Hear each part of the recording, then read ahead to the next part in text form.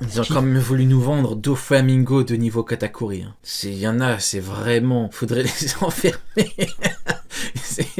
Ces gens-là, ce n'est que mon avis, hein. Mais pour moi, ces gens-là sont des dangers pour la société. Hein. Je pense, très honnêtement, très sincèrement, premier degré, je pense qu'avec une telle façon de penser, avec une telle logique, tu es potentiellement un danger pour la société. Maintenant, ce n'est que mon avis. Pour moi, ces gens-là sont dangereux. He not only had a Devil Fruit Awakening which let him prevent Luffy from using Gear 4, but also had a high mastery of Haki. His armament Haki was shown to be levels above Luffy's, and his observation Haki was honed to where he could see the future. And he utilizes this future sight in tandem with his Devil Fruit to dodge attacks just like how a Logia user would. During his fight against Luffy, he was able to pummel all of his forms and only got hurt when he lost his cool. As when Luffy caught him lacking eating donuts, Katakuri got heated and tried to finish off Luffy as quickly as he could, but this led to his future sight and Haki in general not being as good as it usually was, as he needs to remain calm to use his future sight. He was also not using armament Haki to defend his face during the scene,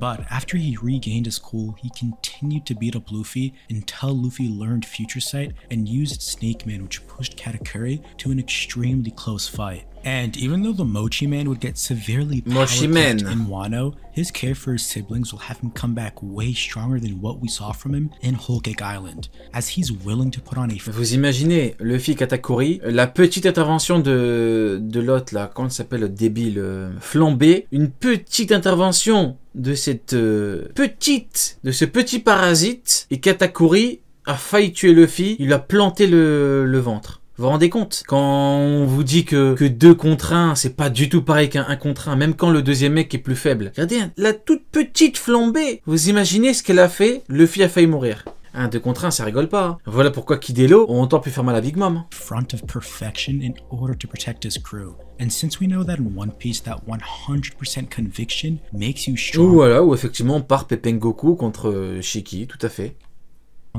This would leave no doubt in my mind that we'll see Katakuri return better than ever. For number 8, we have Marco, the first Marco, division commander of the Whitebeard Pirate. Marco, il est comme Kizaru. En termes de technique offensive, c'est pas ouf. En termes de technique offensive, mais heureusement, lui, il se régénère. Donc lui, en fait, de fait, il a un avantage contre Kizaru. Parce que vu qu'il se régénère, même si Kizaru arrive à bien le taper, bah, il va se régénérer. Franchement, un combat complet Kizaru contre Marco, en fait, on comprend pourquoi il a utilisé les menottes, le frérot. Hein. Sans les menottes, je sais pas comment il aurait fait. Regardez, technique la plus puissante, regardez. Il fonce dessus, regardez comment il en a rien à foutre. Il se mange la technique normale. C'est pour ça que l'autre fois en live, j'ai dit que Kizaru n'aurait quasiment pas de chance de battre Marco dans la mesure où, offensivement, il est extrêmement mauvais. Donc il peut pas aller au-delà de la régénération de la régénération de Marco. Il peut pas. Vu que offensivement il est extrêmement gaze, comment il le bat? Comment il le met KO? Il peut pas, vu qu'offensivement il est nul. Vous voyez? La différence entre les deux, c'est que lui, il se régénère. Donc lui, vous voyez le coup de pied qu'il lui a mis à Marineford là? Il lui cale un bon coup dans la nuque, aïe aïe aïe, il va tomber comme une mouche. With Kizaru, who is said to be the fastest admiral pre-time skip. Et en plus, le Bluebird existe. Si le tout c'est que le Bluebird, il va vomir Kizaru. Mais bon, voilà, Kizaru il est mauvais. Above the likes of Aokiji and Akainu speed-wise. Marco was boxing with him throughout the majority of Marine. Regardez, et le pire, hein, c'est qu'on a tendance à négliger la puissance, la force brute de Marco. Hein. Parce que regardez, il lui a mis le coup, il a dégagé tellement fort, il a dégagé fou. Par terre, ça fait une explosion, le frérot. Vous vous rendez compte, la force physique de Marco. Parce que Marco, tu dis, il est un peu... oui, il est pas massif, il est pas très grand. Mais le frérot, il est comme Sanji, hein, il frappe fort. Hein. Sanji, il frappe qu'avec ses pieds, et quand il frappe très fort. Bah Marco, c'est ça. C'est le premier commandant de Barbe Blanche. Donc les coups de pied font très mal. Ah merde, ils sont partis, ils sont frustrés. Voilà, distrait. Voilà, un anglophone honnête. Il a eu parce qu'il a été distrait. Il s'est distrait, vraiment bien distrait. Il était choqué carrément. and even overwhelmed Queen and King at the same time. As he was drawing blood from both these ancient zones and only lost at the end due to his stamina giving out, his Phoenix ability not only makes him physically stronger and faster like all other zones, but also makes him practically immune to attacks by instantly regenerating his wounds. This ability can be countered though if you're able to tire him out. Queen a mis Big Mom KO avec son coup de tête, Kizaru peut-il la blesser? Est-ce que Kizaru peut blesser Big Mom? Bah non, il peut pas. Il peut pas la blesser, frérot. Ah non, ses coups de pied nuls, ses lasers nuls. Ah non, frérot, carrément les lasers c'est le truc des pacifistas. Carrément, tellement que le pouvoir il est entre guillemets abordable dans le sens où on peut l'utiliser facilement, tellement que le pouvoir n'est pas cheaté. Carrément les PX, les pacifistas ils ont ses techniques de lumière carrément, donc non, il lui fait rien Big Mom. Non, il lui fait rien, il va la taper pour rien. Ouais, il va la taper pour rien, ouais, tout à fait. Like Queen and King did in Wano. Comme Kaido, hein. Franchement, je donnerais tout pour voir un combat Kizaru-Kaido. Et Kizaru, c'est... Enfin, Kaido, j'ai trop d'images en tête. J'ai trop envie de voir le combat. Ce serait incroyable. Striking with powerful enough hockey, that would be too much for him to regenerate instantly like Garp did in Marineford. Marco can also heal his other crewmates, which takes his overall impact to another level. This all would put him above Katakuri, mainly because he has better feats via power creep, as Katakuri at best would only be comparable to a Snake Man Luffy, which was the same Luffy that got one-shot by a base Kaido. But Marco would scale above this same feat as he was able to swap hands with King, who was able to contend with the same Zoro that scarred a hybrid Kaido, a stronger form of Kaido that one-shot the same Luffy that Katakuri fought. Next at number 7 we have King the Dumpster Fire. King is undoubtedly the strongest in his crew, which puts him above the King est sans aucun doute le plus fort de son équipage après Kaido, oui, bien sûr, oui. both Queen and Jack. He has the toughness and durability of an ancient zone, but his race takes it to another level. His Lunarian DNA has two forms, those being his Ah, cheaté, hein. Pareil, vu qu'on en est à parler des combats de Kizaru, imaginez un combat Kizaru contre King. Ce serait pas incroyable le combat? Le pauvre Kizaru qui tape pour rien, et c'est King, il arrive à le taper une fois et il chie dessus. Ce serait incroyable. Ah, ce serait trop un combat de fou que j'aimerais voir. Ah ouais, c'est vrai que King, il est pas comme Marco, hein. King, quand il frappe, c'est autre chose, hein. C'est vrai que offensivement, il a des trucs à proposer, et pas qu'un peu. S'il a de vrais trucs à proposer, King. on and off mode. C'est rien que vous voyez le coup d'épée qu'il a mis à l'aile de Marco, bah, il coupe le bras de Kizaru. Voilà, il lui coupe son bras, ce Golemon. Flames on mode combined with his double fruit gives him better durability than a zone form Kaido, as a weaker Zoro was able to damage Kaido with the exact same move that King completely blocked. En fait, le problème de Kizaru contre King, c'est que même si King il a les flammes éteintes, Kizaru lui fait pas de dégâts. En fait, King, il peut combattre Kizaru en normal sans flamme. Parce que Kizaru, c'est Golemon, il va le taper pour rien. Vu qu'il est nul, il sait pas faire des dégâts. Donc t'as même pas besoin des flammes, c'est ça qui est fou. And tanked. But his toughness isn't the only thing that makes him that guy. When he turns his flames off, his durability goes down, but he gets pareil, hein. Zoro, offensivement, il a des trucs à proposer, hein. Ça fait mal quand il tape, hein. Faster than Zoro could see. And keep in mind, a weaker Zoro was able to outpace and routinely react to attacks from both Big Mom and Kaido. Granted, Kaido wasn't using any named attacks during this scene. King's Imperial Flame Dragon also has the same properties as Magma, which is important because Akainu's Double Fruit, which is also Magma, has been said to be one of the strongest Double Fruits in the series when it comes to attack potency. King also makes sharp moves when it comes to managing the lower ranks, like the Topiropo, and makes decisions that would suit Kaido's interest. And the main reason as to why he would be above Marco is because he was able to pressure Marco in a 1v1 while not using the full potential of his attacks like Imperial Flame Dragon. Ouais, mais pareil, un combat Marco contre King, c'est vrai que pareil, le problème, c'est que on aurait encore un combat qui serait long. T'as l'autre Lunaria, t'as l'autre qui se régénère. Et vu que King il est pas avec Queen, là pour le coup tu peux pas faire en sorte que Marco atteigne très facilement sa limite de régénération. Frapper à deux, frapper tout seul, c'est pas pareil. Puis t'as du mal à te défendre quand tu combats deux mecs. Donc ouais, combat qui serait long pareil, hein. Number 6 we have Zoro, who's probably the best Zoro, 6e, second. Ouais, 6e, et j'imagine qu'après Ben Beckman. vice captain an up-and-coming crew could have. His morality and persona perfectly fits the vice captain role.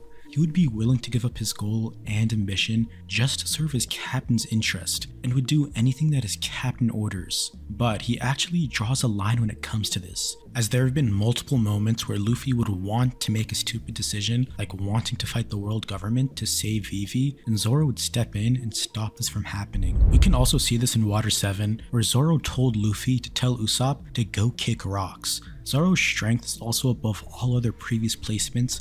Ouais, ça c'est un combat que j'aimerais voir maintenant, tiens. To go kick rocks. Zoro's strength. Là, on a typiquement le genre de combat, si tu me dis il arrive demain, je casse tout. Je casse tout chez moi. Parce que c'est un combat que je veux vraiment voir. Tu me mets Zoro énervé contre Fujitora énervé. Putain, je vois trop Fujitora envoyer ses météorites de Golemon pour rien.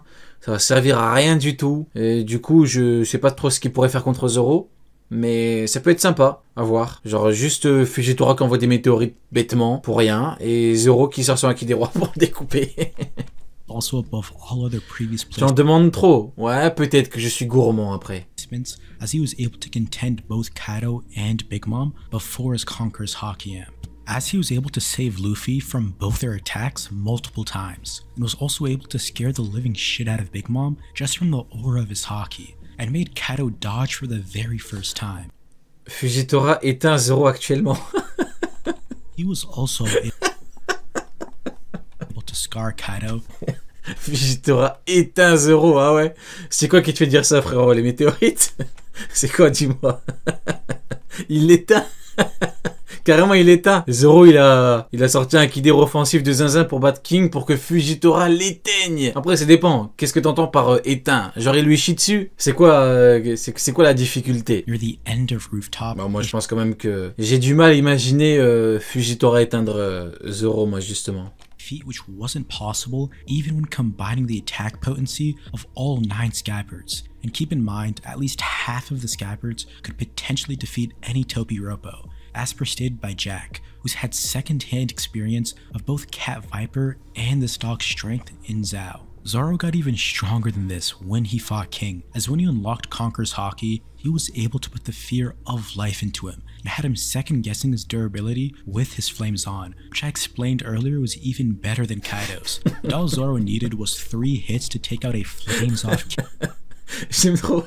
J'aime trop ce genre de discussion. Quelqu'un qui dit sérieusement, attends, faut que je lise. J'arrive pas à lire le message. Sérieusement, je sais plus quoi. Et il a répondu, je suis pas pro-amiral, mais objectivement, Fujitora gagne le combat.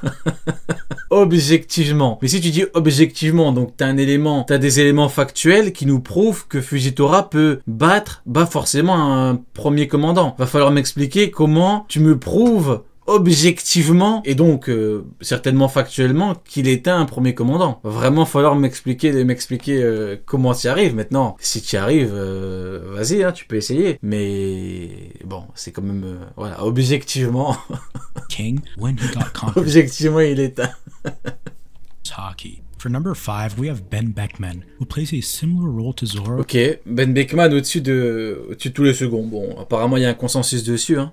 But does it so much better. Beckman has been Tout le monde dit qu'il est bien au-dessus parce qu'il a mis en joue Kizaru. Bon, on va pas rentrer dans ce truc-là. Moi, j'attends quand même. En fait, je peux pas demander des preuves pour certains personnages et pas pour d'autres. Donc Ben Beckman, pour moi, il a le niveau confirmé. Mais si tu veux le mettre au-dessus ou bien au-dessus des autres, j'attends quand même des preuves, quoi. Montre-moi quelque chose. Je peux pas te dire qu'il est bien au-dessus des autres. Consistently portrayed to be close to Shanks in strength throughout the series. It's been said that if Shanks plays the role of the sun for his crew, then Beckman would play... Le rôle... Oh, ça parle de Vivre Card. Si tu veux parler de Vivre Card, faut pas mettre Mihawk dans le top alors, frérot. Hein, parce que ça va être compliqué de nous justifier les Vivre Card. Mais bon, soit. Du coup, Vivre Card... Il avait une présence et une réputation comparable à celle de Shanks.